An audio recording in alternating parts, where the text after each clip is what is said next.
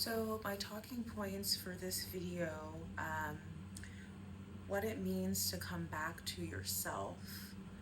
So for me, I feel, or I have, it is true for me, that I spent most of my life fighting and surviving and like fighting for everything in a sense of how it felt inside versus how it may have come across, right? I grew up privileged. I am a privileged person. I don't believe that I'm not.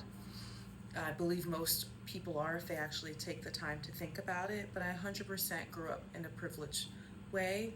I'm so thankful for my schooling, the sacrifices that my mother, made to give my sisters and myself the best life possible. I know that I am where I am because of her sacrifices and because of, the life that she demanded that we live and have access to the things that we have access to is what has given me the privilege of the life that I've had. I've been able to tour the country and be in musical theater. I've been able to work in finance. I've, get to do what I do now, publish books. And, our mom always taught us that there was nothing that we could not do. She encourages us to do whatever our heart desires. She did always also and still instills in us that there has to be like a logic to it. So if I'm, in musical theater, I did that, and then there was a point in time she said, okay, you're approaching of a certain age, think about what's next and how you want that to look. So she never said, hang it up, kid, but she did say, if you're not, pick a point of where you want to be by a certain point, and if you're not there, question it and then maybe pivot. And you don't have to give up, but you should have something else going on to keep you moving forward. So in the moment I might have been like, but I always followed it, and I appreciated that always.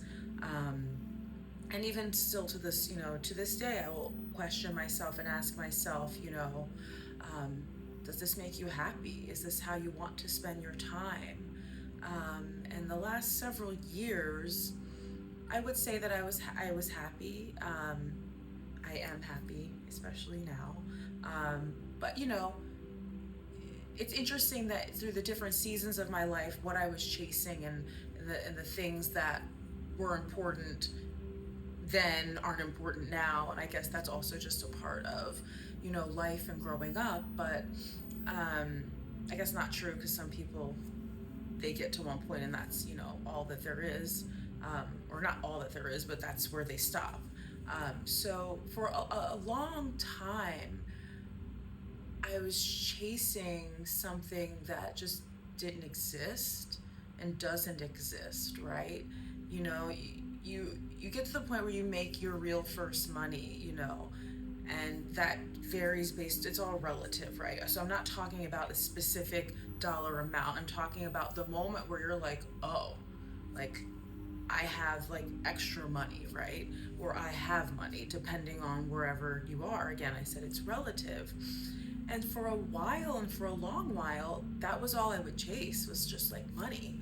Because for me, it wasn't about the dollar amount, it was money provided access. Money was and is, I see it as a tool, and a tool to do things.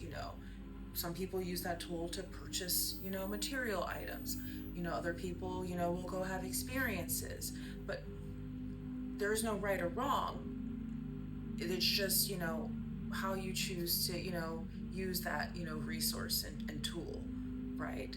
So the shift started happening once I realized, like, I'm spending a lot of time doing stuff that, like, doesn't give me joy, right? When I left musical theater back in 2008, it wasn't necessarily because I wanted to. I remember walking to places in my last show, which was Hairspray, done at Sacramento Music Circus. And I remember walking to places and I remember saying out loud, huh, this is like amazing and I'm good. So, like, if this is my last show, I'm good. And it's an odd thing to think and say, right? But in actuality, there's a there's a last time for everything, whether we know it's our last time or not. Doing something or seeing people, think back to the pandemic.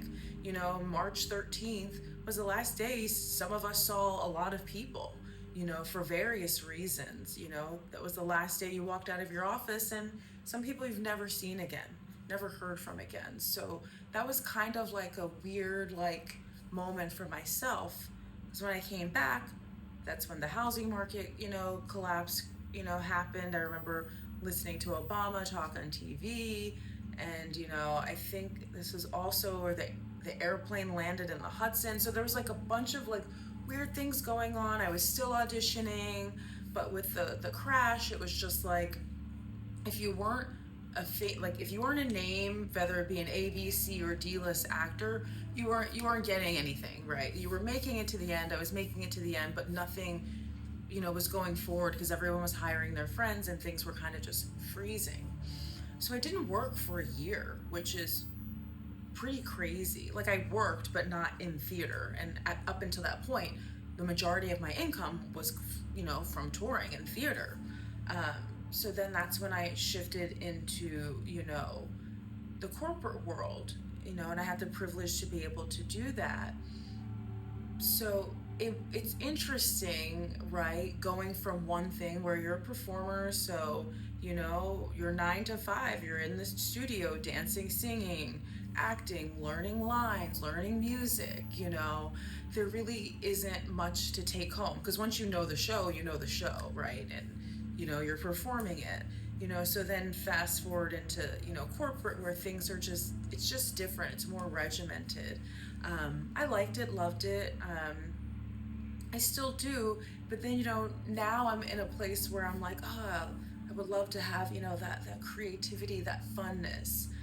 So it's just, reminding ourselves to not lose touch of those parts of ourselves, right? We can pivot, we do pivot, but, writing the books was very creative and like moving for me, because that was me getting to be in touch with, the artist and the creative